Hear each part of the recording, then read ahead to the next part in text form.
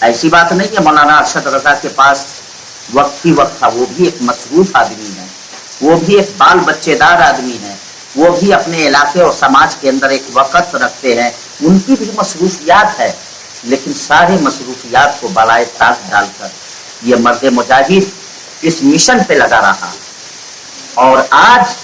انہی کے اور ان کے ساتھیوں کے محنت کا نتیجہ ہے کہ آج ہم لوگ امید لگا رہے ہیں کہ اکتوبر ماہ میں دیر سویر ہم لوگوں کی فائنل میرٹ لسٹ آ جائے گی۔ میرے بھائیوں، کس کے مقدر میں کیا لکھا ہوا ہے یہ آیوگ کے کمپیوٹر میں لاک ہے، کوئی نہیں جانتا ہے کس کا سلیکشن ہوتا ہے کس کا نہیں ہوتا ہے، لیکن میں بار بار کہہ رہا ہوں اور ہمیشہ میں نے یہ جملہ کہا ہے، اللہ تبارک و تعالی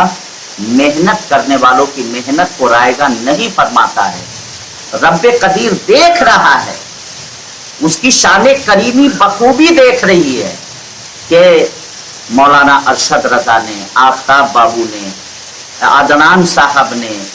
پھر اس کے بعد کیا کہتے ہیں مولانا رمضان علی قادری یا اور وغیرہ وغیرہ، ان لوگوں کی ٹیم نے، نفیس بابو نے، ان لوگوں نے جو اپنے اپنے تئیں کوشش کیا، جد و جہد کیا، واقعی میں ناقابل فراموش ہے، اور اللہ اس کا اجر ضرور دے گا۔ یہ میرا دل کہہ رہا ہے، یہ میرا ایمان کہہ رہا ہے، چونکہ اللہ کا فرمان ہے، اللہ کا وعدہ ہے، اللہ کبھی محنت کرنے والوں کی محنت کو رائگاں نہیں فرماتا ہے۔ سارے لوگ 29 اگست کے بعد سو رہے تھے، میں بھی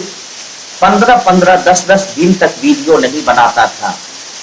مطلب یہ بھی میری بھی لاپرواہی تھی، میں اپنی غلطی قبول کرتا ہوں، لیکن اس کے باوجود بھی یہ ٹیم، یہ مرد مجاہد یہاں وہاں پٹنہ میں در بدر کی ٹھوکر کھاتے رہے، آیوگ، آفیسر، MLC حضرات کے یہاں یہ لوگ چکر لگاتے رہے، اور آج نتیجہ آپ لوگوں کے سامنے ہے۔ انشاءاللہ العظیم اللہ کی ذات سے پوری امید ہے، ہمارا رب ہمیں مایوس نہیں کرے گا، اداس نہیں کرے گا، ان قریب پوری امیدیں قوی ہے۔ ہم لوگوں کو لیکن بیدار رہنا پڑے گا، ہم لوگوں کو ایکٹیو رہنا پڑے گا۔ اگر ہم لوگ اس غلط فہمی میں مبتلا ہو جاتے ہیں کہ اب تو ریزلٹ آ ہی جائے گا، کبھی بھی نہیں آئے گا میرے بھائیوں۔ بہار کرمچاری چین آیوگ کا جو رویہ آج تلک رہا ہے، جب تک اس کو کھچکارا نہ جائے، جب تلک ان کو ٹارچر نہ کیا جائے، اس وقت تلک یہ لوگ حرکت میں نہیں آئے ہیں۔ دیکھ لیجئے، یہ پچھلے لگ بھگ 3 سالوں سے جو کہانی چلی آ رہی ہے وہ اسی طرح کی کہانی ہے۔ بہانے پر بہانہ بنانا یہ بہار کرمچاری چین آیوگ کی پرانی فطرت ہو چکی ہے، لہذا سب لوگ حرکت میں رہے، اپنے اپنے لیے حرکت میں رہے، یہ سوچ کر کے جائیں، یہ سوچ کر کے حرکت کرے کہ بھائی یہ میرا بھی فریضہ ہے۔ میرے اس ویڈیو کو شروع سے لے کر آخر تک دیکھے، زیادہ قابل بننے کی کوشش نہ کرے۔ بہت سارا قابل کومنٹ میں الٹا پلٹا لکھتا ہے، ارے تمہارے لکھنے سے کیا ہوگا بیوقوف، نادان۔ مکھی کی فطرت ہے، مکھی جو ہے نا، مکھی اس کی فطرت ہے، مچھر اور مکھی جو ہوتا ہے، مکھی وہ کبھی بھی صاف ستھری جگہ پر نہیں بیٹھے گا۔ مکھی کی عادت ہے کہ وہ بیٹھے گی بھی تو زخم پر، جہاں زخم رہے گا، جہاں گندگی رہے گی، اس کی فطرت ہے اس پہ بیٹھنا۔ لہذا کسی کے اندر خامی مت تلاش کرو، بلکہ اس کے اندر بہت ساری خوبیاں بھی ہوں گی۔ حضرت شیخ سعدی علیہ الرحمہ فرماتے ہیں کہ اپنی تو عادت ہے کہ ہم کسی کی برائی تلاش نہیں کرتے، اس لیے کہ ہم جس کی برائی ڈھونڈ رہے ہیں وہ کسی کا محبوب ہوگا، یعنی اس کے اندر اچھائی بھی ہوگی، اس کے اندر خوبیاں بھی ہوگی، وہ کسی نہ کسی کا محبوب نظر ضرور ہوگا۔ لہذا منفی سوچ اپنے دل و دماغ سے خالی کرو۔ خود میں اپنے بارے میں بھی بتایا، مولانا ارشد رضا صاحب کو لے کر کے میں خود ان کی کچھ حرکت وغیرہ کو دیکھ کر کے غیر مہذب سمجھتا تھا، لیکن نہیں، آج ہم کو پچھتاوا آ رہا ہے، آج ہم کو سمجھ میں آ رہا ہے کہ مولانا ارشد رضا کی وہ حرکت غیر مہذب نہیں تھی، بلکہ یہ ان کا جنون تھا، یہ ان کے جذبات تھے جو ہمیں اور آپ کو خراب لگا کرتے تھے۔ یہ مولانا ارشد رضا اور ان کے ٹیم کی دین ہے کہ ہم لوگ جو ہے کم چپ چاپ سو رہے تھے، 1.5-2 سال تک چپ چاپ سوتے رہے، لیکن یہ ان کی اور ان کے ٹیم کے حرکت کا نتیجہ ہے کہ پورے بہار کو واٹس ایپ گروپ کے ذریعے ایک دور میں باندھنے کا، موتیوں کی طرح ایک لڑی میں پرونے کا کام کیا۔ لہذا ہم بہت بہت شکر گزار ہیں، اور سہایک اردو انوادک کے جتنے امیدوار ہیں ان لوگوں سے میں کہنا چاہتا ہوں، اللہ کے واسطے آپ لوگ حرکت میں رہیں اور اپنے لیڈران کی حوصلہ افزائی کرے۔ ارے بھائی، وہ اپنی جیب سے پیسہ خرچہ کیا، کبھی بھی آپ سے 5 روپیے کا مطالبہ انہوں نے نہیں کیا، کبھی بھی ایک کپ چائے تک وہ پٹنہ میں آپ لوگوں سے پینے کی کوشش نہیں کیا۔ کتنی بڑی قربانی اس آدمی کی رہی ہے۔ وہ آدمی تو ایک ہی سیٹ کا مالک ہے نا، اور وہ بھی کیا ہوتا ہے رب جانے۔ یہ تو ایک بہت بڑا رسک ہے، لیکن ہم تو، یہ میرا ایمان کہہ رہا ہے، میرا دل کہہ رہا ہے، اللہ ضرور ان کو کامیابی دے گا، اس لیے کہ بڑی محنت کیا انہوں نے، اور محنت کا پھل دینے والا بہار